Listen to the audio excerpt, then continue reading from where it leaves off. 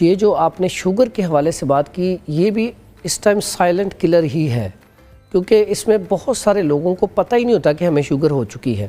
اکثر اوقات پیشنٹ آتا ہے، جب اس کی ہم کنڈیشن دیکھتے ہیں، اس کی علامات دیکھتے ہیں، تو ہم اسے کہتے ہیں کہ پلس چیک کرنے کے بعد اسے کہتے ہیں کہ آپ اپنا ٹیسٹ کروا کے آئیں۔ بعض اوقات صرف فاسٹنگ ٹیسٹ لوگ کروا لیتے ہیں، رینڈم کروا لیتے ہیں، لیکن HbA1c ٹیسٹ نہیں کرواتے۔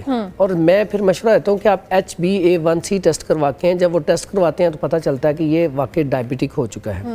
اور HbA1c جو ٹیسٹ ہے، اس میں اس کی جو ریشو ہے 5/7 تک ہونی چاہیے یا 5/4 تک، تو لیکن وہ بڑھ کے اگر وہ 5/4 سے نیچے ہے تو ٹھیک ہے، اگر اوپر ہے 6/4 تک یا 7 تک تو پری ڈائبٹک ہے، اگر اس سے بھی بڑھ چکی ہے وہ تو ڈائبٹک ہے۔ بہت سارے لوگوں کو اس چیز کا اندازہ نہیں ہوتا۔ سب سے پہلی بات اس کے اسباب کے اوپر آتے ہیں، یہ ہوتی کیوں ہے۔ اس میں ٹائپ 1 شوگر ہے، ٹائپ 2 ہے۔ ٹائپ 1 جو ہے یہ اکثر ہوگا، یہ تو عموماً یہ ہوتا ہے کہ یہ پیدائشی طور پہ ہوتی ہے یا 20 سال سے پہلے ہو جاتی ہے۔ اس میں سیلز جو ہے وہ صحیح طریقے سے کام نہیں کر رہے ہوتے ہیں، مدافعتی نظام جو ہے۔